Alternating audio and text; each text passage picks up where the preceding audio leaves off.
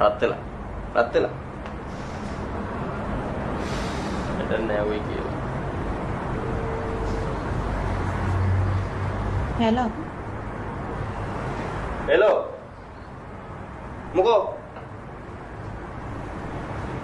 මොකෝ නිකන් කලබලෙන් වගේ. නෑ කලබලයක් නෑ. මං වැඩ. තමසේ සුදු බොසිත් ඉන්නවද උතන? බයෙන් කතා කරන්නේ. තන ඇති සුදු බොසියෙන් නෑ ඕයි. හරි දැන් තමසේ මොකටද කතා කරගෙන යනවා? වීඩියෝ කෝල් බෑ. ඉතුද ඕයි? මං වැඩ කරනක මං ඉන්නේ මොන මකුලක් කතා කරන්නේ? අනේ මන්ද ඕයි. තමුසෙට තියෙන වැඩ රුමේනියාවේ ජනාධිපතිටවත් නැතුව ඇති.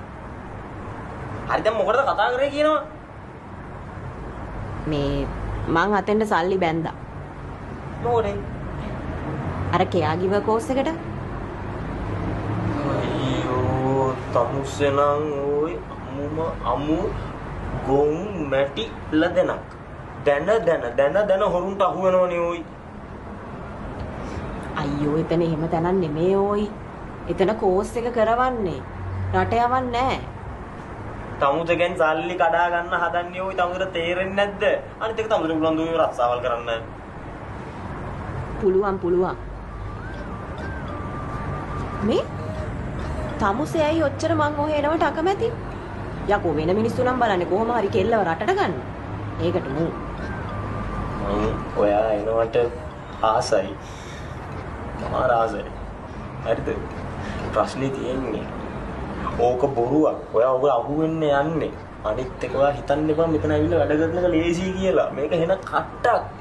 මං ඒකනේ කිව්වේ ඔයා අවුරුද්දක ඉවසලා ඉන්න මම මේක කරගෙන එන්නම්. තේරෙන්නේ නැද්ද ඔයාලට? පොඩ්ඩක් තේරුම් ගන්නකෝ. නෑ මම මේක කරනවා. මටත් ජොබ් එකක් ඕනේ. මුලින් කෝස් එක කරලා ඊට පස්සේ කරන දේක් බලන්න. තමුසට කහන සල්ලි දිනන තමුස කරනවා. මට වැඩ තියෙනවා මං තියෙනවා. තමුසට ගැහිලා මං තියෙනවා.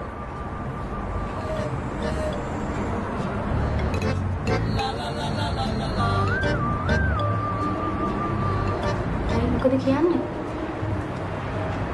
රුමේනියාවෙන් කෝස් එකක් කරනවා.